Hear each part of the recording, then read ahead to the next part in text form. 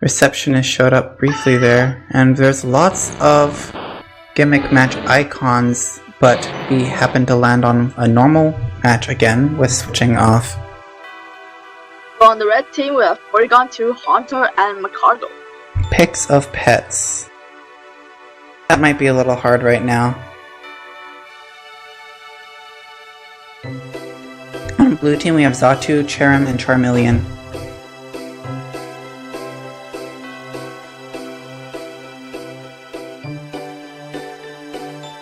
So Porygon 2 has a Spooky Plate and Shadow Ball, which is going to result in a pretty powerful, super effective Shadow Ball against Xatu.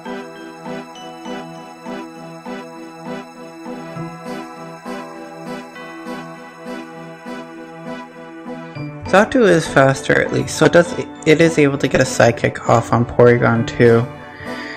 Except Porygon 2 has pretty high defenses as well. Its stats are really well balanced except for its speed, which is a little slower.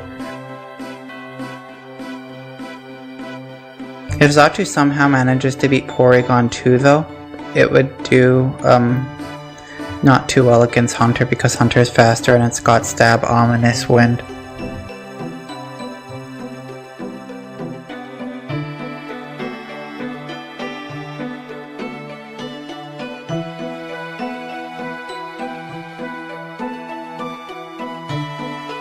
So with free Pokemon knowing Sunny Day, it's quite likely that Sun will come into play in this match.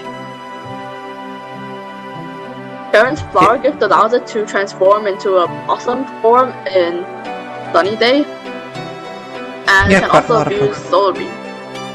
Lots of Pokemon here know Sunny Day, and they benefit well from Sunny Day, yeah. Porygon 2's download doesn't really come into play here. It boosts the stat that the enemy is weakest against based off of their defense, either attack or special attack. But because Xatu has 1 point lower physical defense than it does special defense, Porygon 2 will boost its attack against Xatu. So Shadow Ball will not benefit from a download boost, but it does have a Spooky Plate for a 20% boost at least.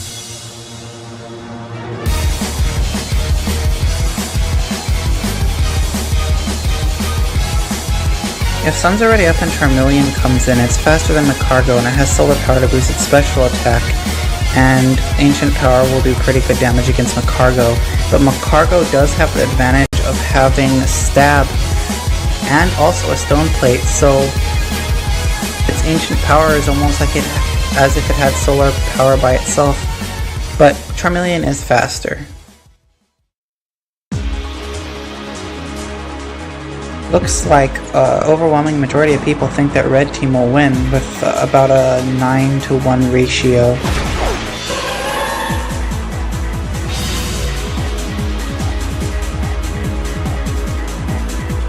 So we're in the Courtyard Coliseum, but there's no boss this time. Looks like they're going for Silverwind here.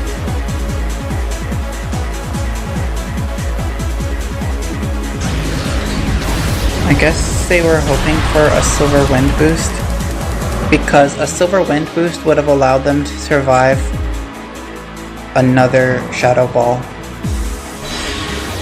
Probably, but they didn't get it, so they're just going for Psychic here. No Rainbow. I think that blue team needed the Rainbow boost to have a good shot of winning, because if they did get the Rainbow boost, then they could have killed Porygon 2 perhaps, and then they might have been faster than Haunter as well and been able to hit it with a super effective Psychic. So since that was their main way of winning, I think they just had to go for it.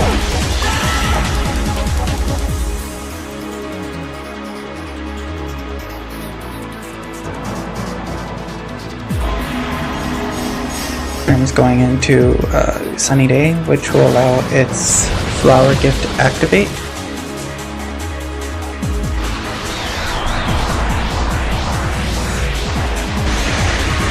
I think that Facade might have done more damage there.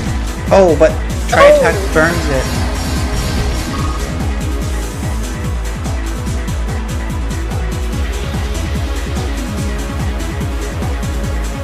The reason I was thinking that Facade might have done more damage is because it had the download boost and that gives it +1 attack. But the burn doesn't matter. So Porygon 2 manages to survive a Solar Beam and retaliates with Facade. Yeah, now it takes advantage of the boost and the burn will still do damage as well. It's almost like a reverse Facade. Instead of using Facade while burned, you're using Facade on a burned opponent.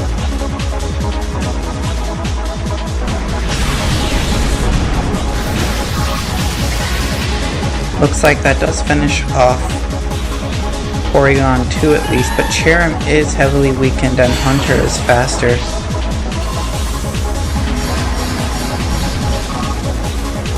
And the burn finishes Cherrim off, so it's just Charmeleon against the world, but at least it does have solar power to help it out a little. I think Hunter would need to use Giga Drain for Blue Team to have a good shot of winning though.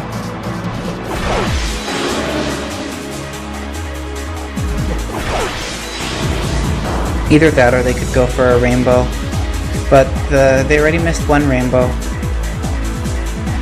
See if they manage to get it this time. Yup, this time both sides are using attacks that have a chance of causing a Rainbow. If Charmeleon does get the boost, it'll be faster than Hunter.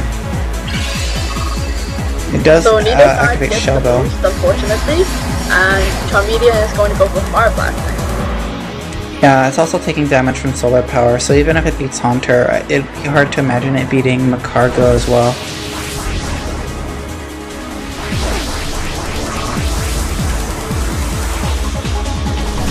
Alright, Sun boosted Stab, Solar Power, Fire Blast should one-shot Haunter. I don't know what it would need to win at this point. I guess it would need like a crit Ancient Power plus a Rainbow boost. And for Macargo to use a not Ancient Power. That's a lot of conditions to happen, but I've seen bigger throws.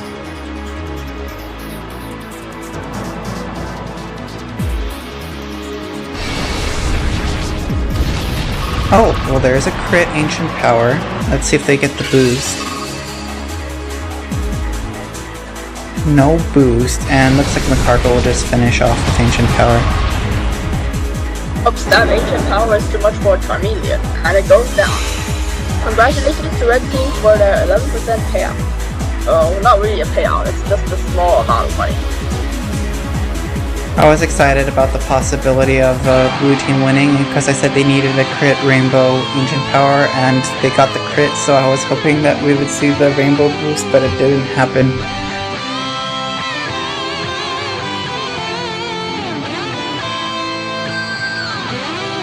I think it would have needed a boost, and it would have also needed Macargo to use something besides Ancient Power. So basically that wasn't going to happen.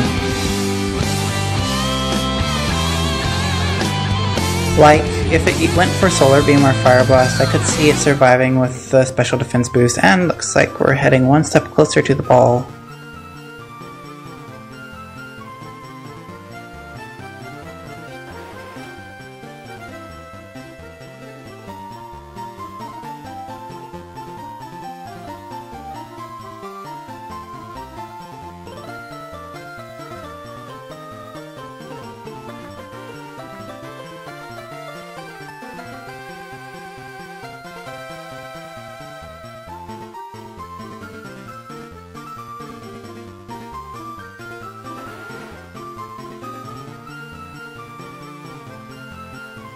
Now we'll see what the item is pretty soon if we hit A on our next input.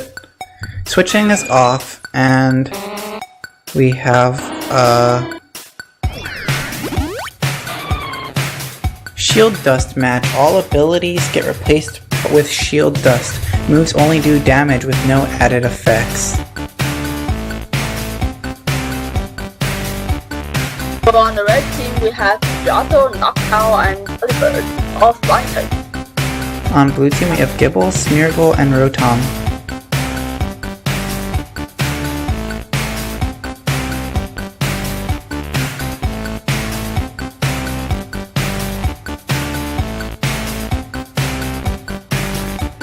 Let's see if this comes into play anywhere.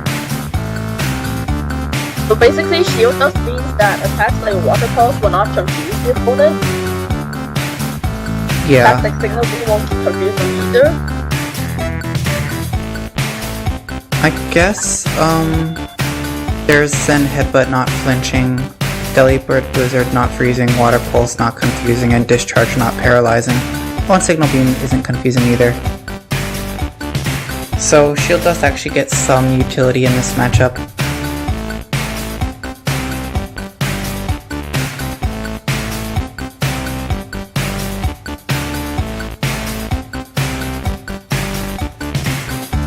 So Rotom and Discharge should be pretty good against the team of Flying type. Yeah, it's funny how red team is all flying types like that. And also Smeargle gets Bulk Tackle. Yeah, Smeargle does have 152 attack, which is a little bad, but it does have a muscle band to boost its attack a little bit higher. And it's also faster than Noctowl. Both Smeargle and Rotom are faster than Noctowl, but they're slower than all the other birds. So the birds have the speed advantage at least. They can't rely on hacks like Blizzard or Water Pulse though.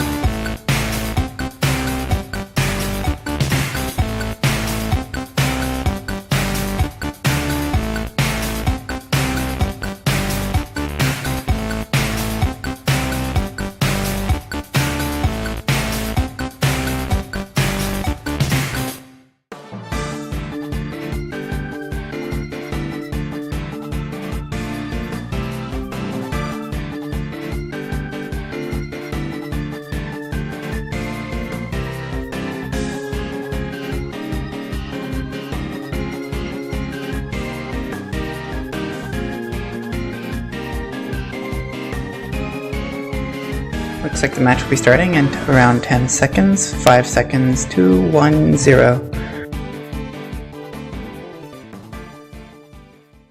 Most people are betting on the non-flying team, but we'll see if the birds can pull through.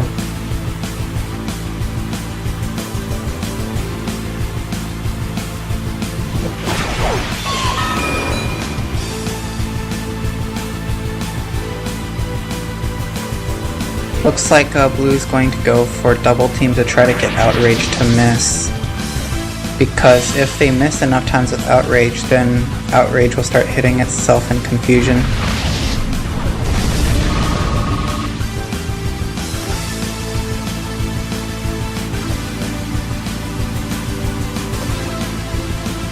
But Outrage does hit. Pidgeotto is firing back with Wing Attack, but perhaps +1 evasion will matter on the second hit. And Outrage the Pidgeotto is not lucky enough to dodge any Outrage, and it gets taken down.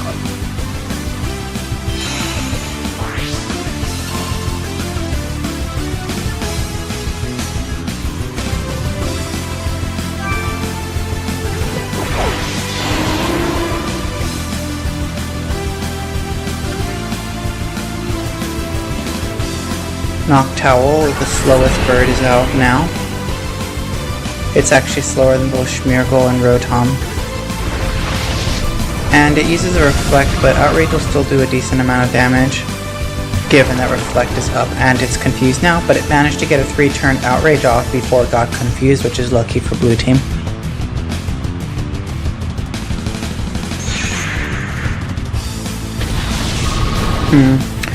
Yeah, Giga Impact finishes off Gible, but now they'll get to use 2 Volt Tackles in a row against Noctowl. I wonder if Fly would have killed, and even if Fly didn't kill, then maybe it would have allowed for a self-hit with Outrage.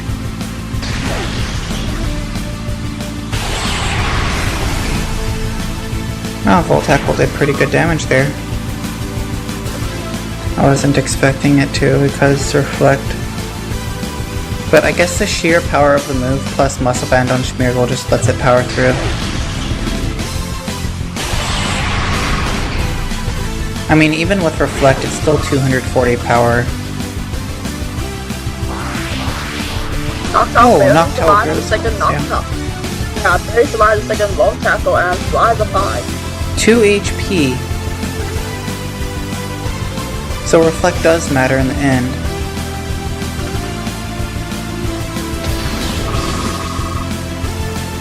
Wow, this is Noctowling a lot of damage. Oh, they're both at 2 Oh, HP. both sides have only 2 HP left. The other attack left killed, but whatever. Looks like Smeargle will finish it off with extreme speed. I think Delibird is faster than Smeargle though, so if they just use a non-blizzard attack they don't have to risk anything, and they'll eat an extreme speed, but they should be able to get the kill, and it'll come down to Rotom versus Delibird.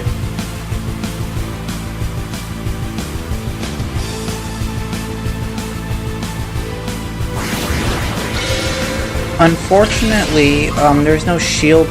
Because this is a shield dust match, Delibird can't rely on hacks to freeze or confuse Rotom, so it's just going to be a straight up fight with no secondary effects, and Rotom has a pretty good advantage there, even if it's slower.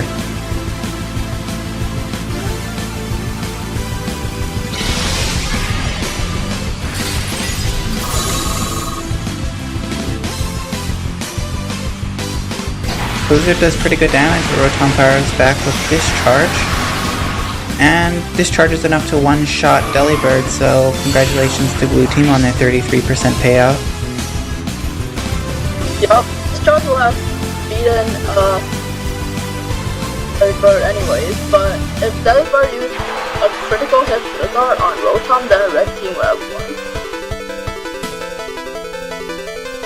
I mean, Delibird doesn't have particularly high defenses. It only has 45 HP, 45 defense, and 45 special defense, so I had no doubt that Discharge was going to kill. Yeah. What Red Team needed was a Blizzard crit. Yeah, that's what I was saying.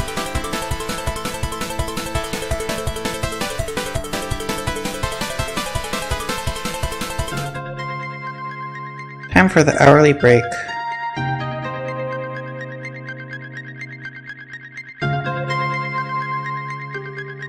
So for the current token match, we have codename Zooey, which seems to include Pokemon with the letter A in their names. Yeah, in the middle, two have just one big A instead of lots of smaller A's.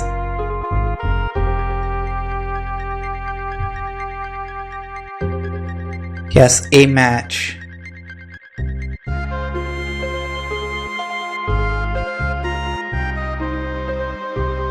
So our next run on TBP, Pokemon Beta Emerald EX, starts in a little less than a week. Yeah, it should be a pretty exciting run. Especially since Pyrite was pretty hard. Hope to see you guys there. If you like a TBP runs, that is. Yeah, and even if you don't like runs, there's probably going to be a lot of badges distributed because this pack has 721 Pokemon. All the Pokemon from the first 6 generations, so that should be a lot of good time for badge collectors.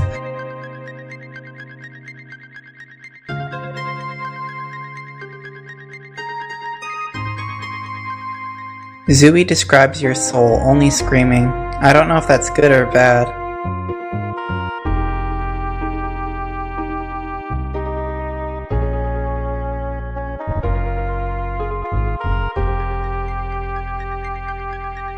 I wonder if we're going to get any other token matches. Well, let's look at the hints for the Pokemon. 1. It sprays a stinky fluid from its tail. The fluid smells worse the longer it is allowed to fester. 2. Question marks, the magnetic nose is always pointed to the north. If 2 of these Pokemon meet, they cannot turn their faces to each other when they are close because their magnetic noses repel one another. 3. It sprays a vile-smelling fluid from the tip of its tail to attack. Its range is over 160 feet. Wow, that's pretty impressive. So, I see a common theme of poison and tails, but which Pokemon is that? Time for chat to decide. Well, number 2 is kind of sad, really, because the magnetic Pokemon cannot greet each other. Nice. Maybe they can still greet each other if they use mirrors. It's kind of sad though, yeah.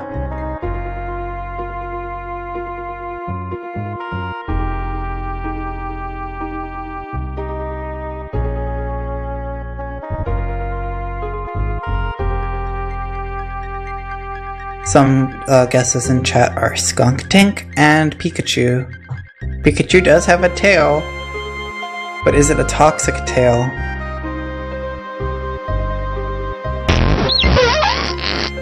It is Skunktank indeed.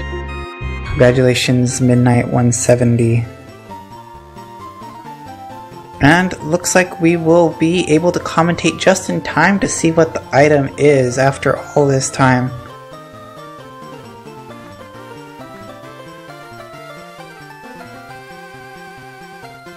Yeah, don't worry, we're leaving after this match.